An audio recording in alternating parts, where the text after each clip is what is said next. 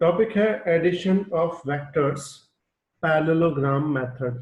हमने वेक्टर्स के एडिशन के लिए मेथड एक किया था ट्रायंगल मेथड, उसके बाद किया था कंपोनेंट मेथड। ये तीसरा मेथड है पैरेललोग्राम मेथड। अभी किस टाइप का वर्क करेगा वो एक बार देख लो तुम पूरा ध्यान से।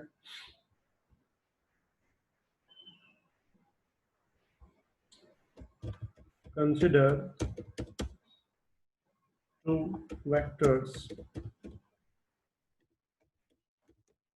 A and B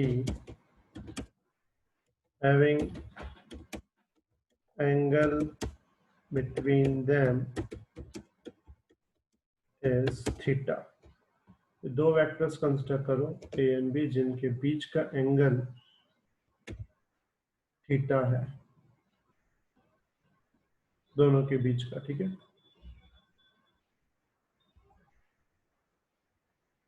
सबसे पहले क्या करते हैं हम लोग, एक पॉइंट फिक्स करते हैं। एक पॉइंट से हम लोग बनाते हैं ए। ठीक है, ये है तुम्हारा ए। फिर जिस पॉइंट से हमने ए स्टार्ट किया था उसी पॉइंट पे यहाँ पे ही हम लोग रख देंगे प्रोटेक्टर। प्रोटेक्टर सबको याद होगा। तो जैसे प्रोटेक्टर रखेंगे फिर प्रोटेक्टर पे हम लोग एंगल बनाएंगे थीटा। तो थीटा एंगल है 50, तो यहाँ से 50 एंगल बनाएंगे। ये होगा 0, 10, 20, 30 ऐसे करके क्या बनाएंगे, 50 एंगल बनाएंगे। ठीक है, बना दिए 50 एंगल यहाँ पे। उसके बाद इसी पॉइंट से, ये वाले पॉइंट से बॉटम जहाँ से ए स्टार्ट किया था, इसी पॉइंट से इस पॉइंट का से ज्वाइन कर देंगे। और ज्वाइन करते हैं हम यहाँ बनाएंगे बी।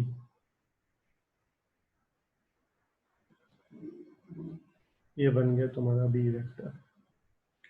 ठीक है, इन दोनों के बीच में जो एंगल बनेगा वो एंगल कितना बनेगा, थीटा। ठीक है, तो पहले एक पॉइंट से ए बनाओ, उसके बाद उसी पॉइंट से बी बनाओ। कितना एंगल पे, जितना एंगल ए और बी के बीच में है उतना।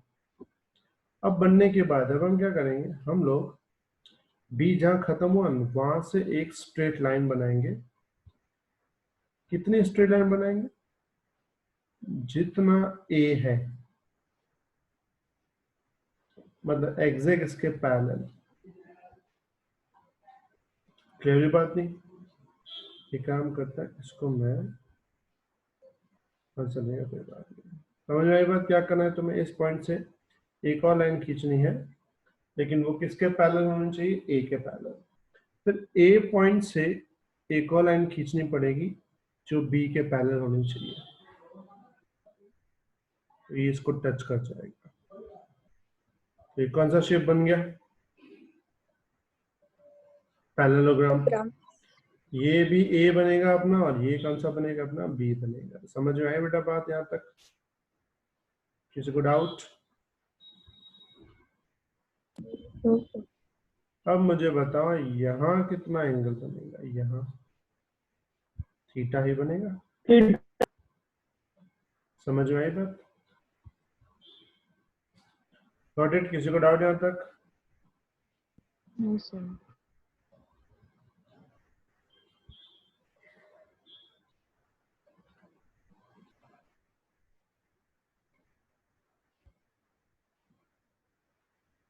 अब हम क्या करेंगे, यहां से एक स्ट्रेट लाइन खींचेंगे नीचे की तरफ।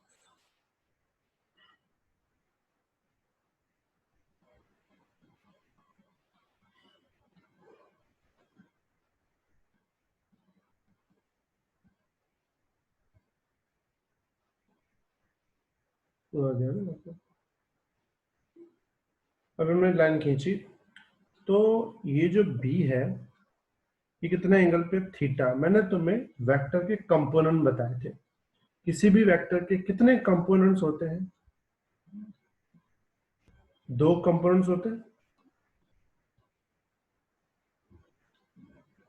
याद है कंपोनेंट सिखाया था मैंने, ए होता है, एक होता है एक्स कंपोनेंट, एक होता है ए Y component.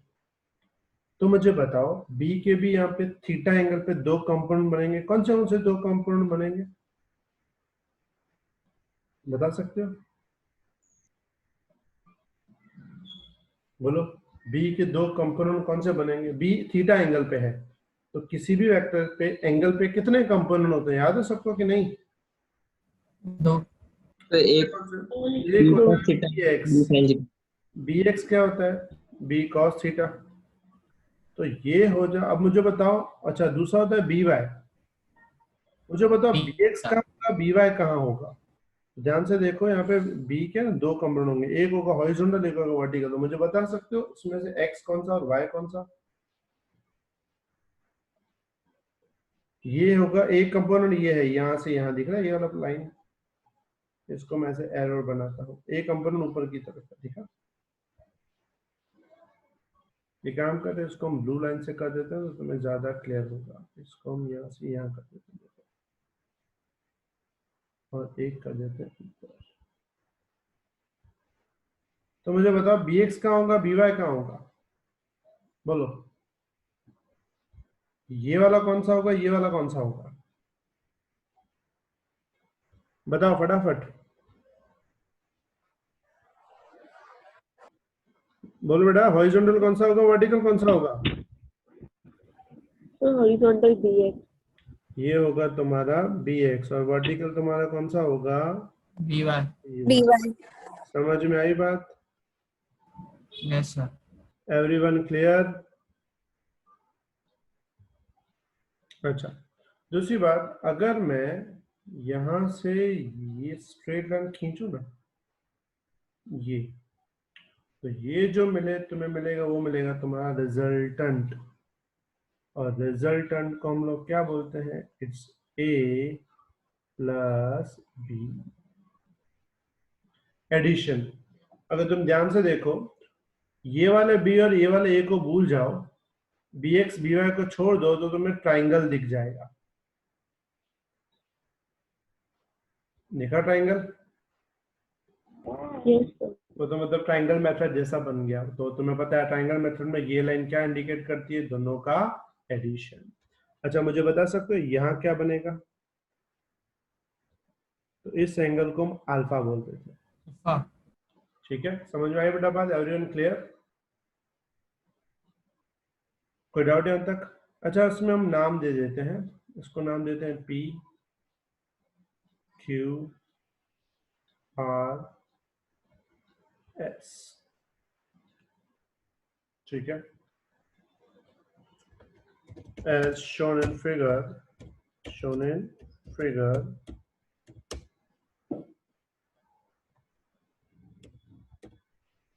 vector A is start from P and end at Q, and vector B also start from P at an angle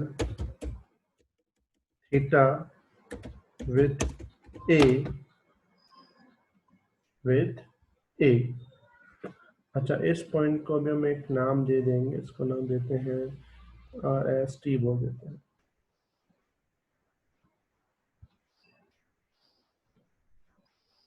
with A and at T. Now draw parallel line T. Now draw a line TS which is parallel to PQ, and draw line QS which is parallel to PT. Clear यहाँ तक? किसी को doubt? The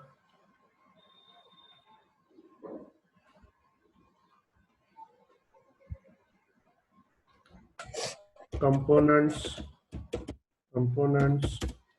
of vector b are bx and by. दो component एक bx और by. यहाँ तक किसी को डाउट बेटा? No sir. यहाँ थीटा, इसको मैं ब्लैक कर देता हूँ। आप पूरा ध्यान।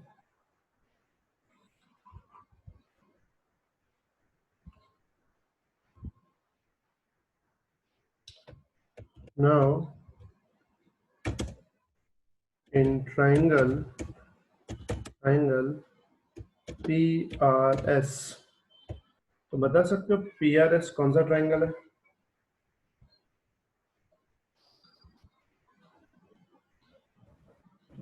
Right angle.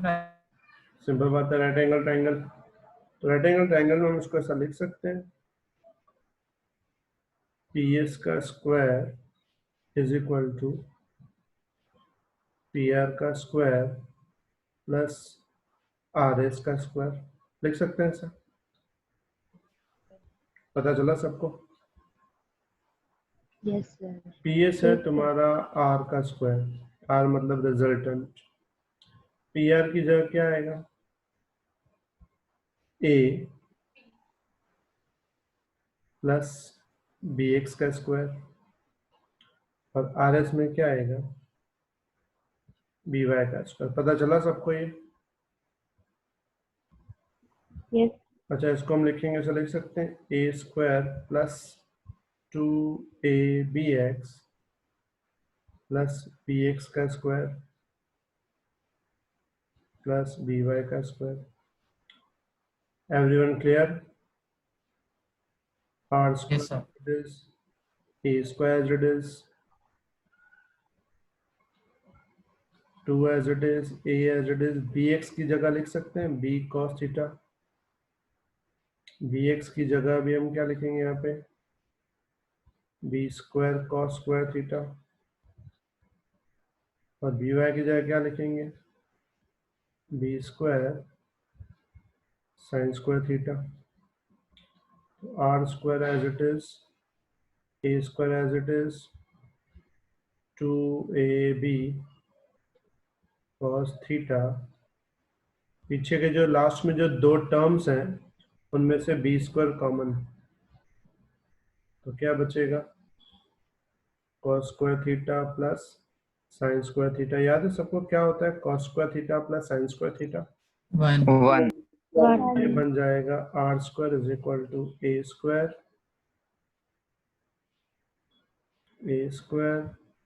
Plus 2AB cos theta plus B square.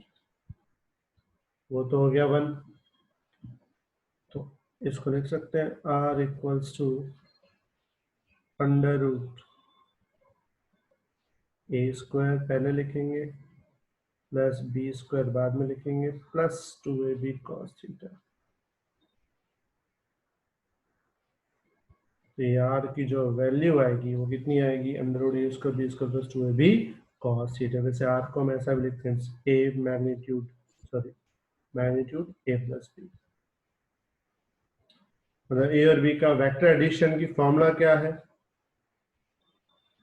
A square plus B square plus 2AB cos theta. समझ में आई बात? Everyone clear?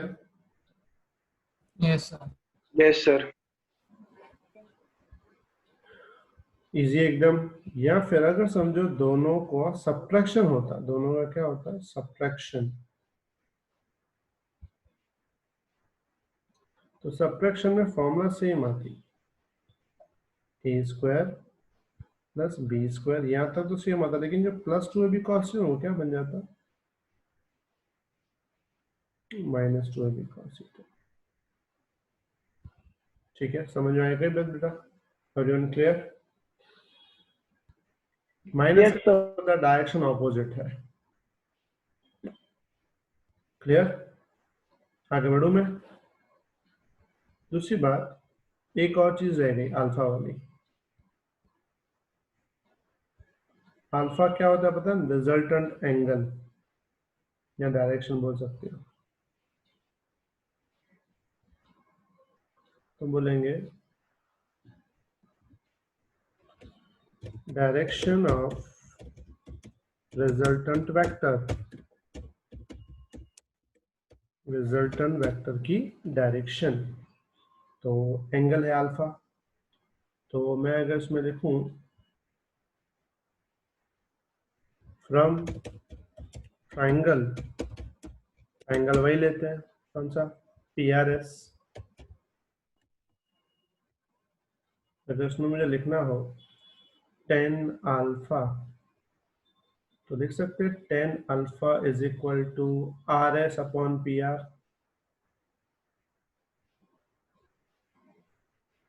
पता चला ये RS अपॉन PR।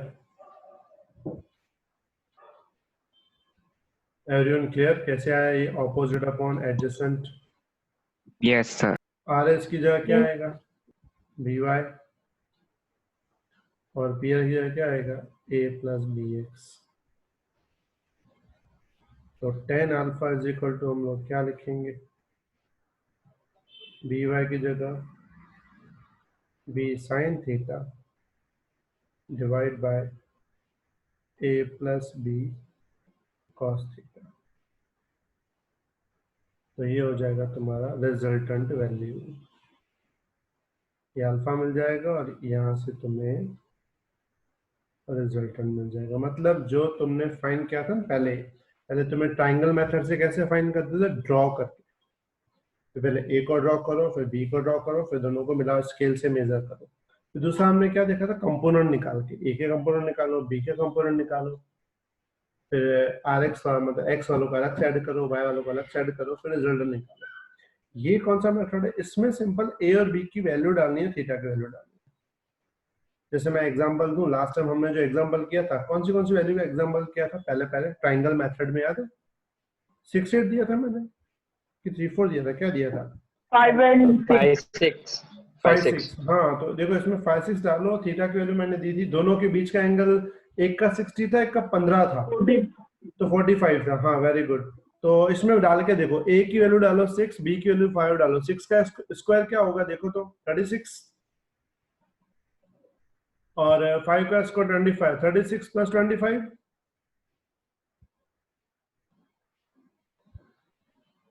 कितने होता है? करो 36 61. 61 हुआ। अच्छा, 2 इंटू 6 इंटू 5, 2 इंटू 6 12 इंटू 5 60, ये हो जाएगा।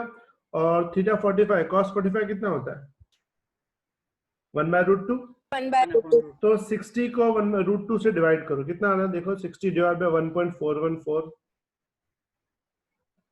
कर देता हूँ तुम्हारा। 60 डिवाइड बाय 42.42. एक मिनट, 1.414 42.42, वेरी गुड। और उसमें वो कितना था? वो 61 था, कितना था? 25 प्लस 36 61 61 था। ठीक है, 61 प्लस ये कितना है? 42.42 आया। इसका रूट कर दो, 103.42 का रूट कर दो, कितना आंसर आ रहा है? 10.6. तो देखो उसका आंसर 10 आया था तुम्हारा, याद है कुछ? 10.2. ठीक है, हाँ। तो Yes sir. तो नेक्स्ट टाइम जब भी ऐसा हो तो डायरेक्ट ए और बी की वैल्यू डाल के हम डायरेक्टली फाइंड कर सकते हैं। ठीक है, लिख लो फटाफट।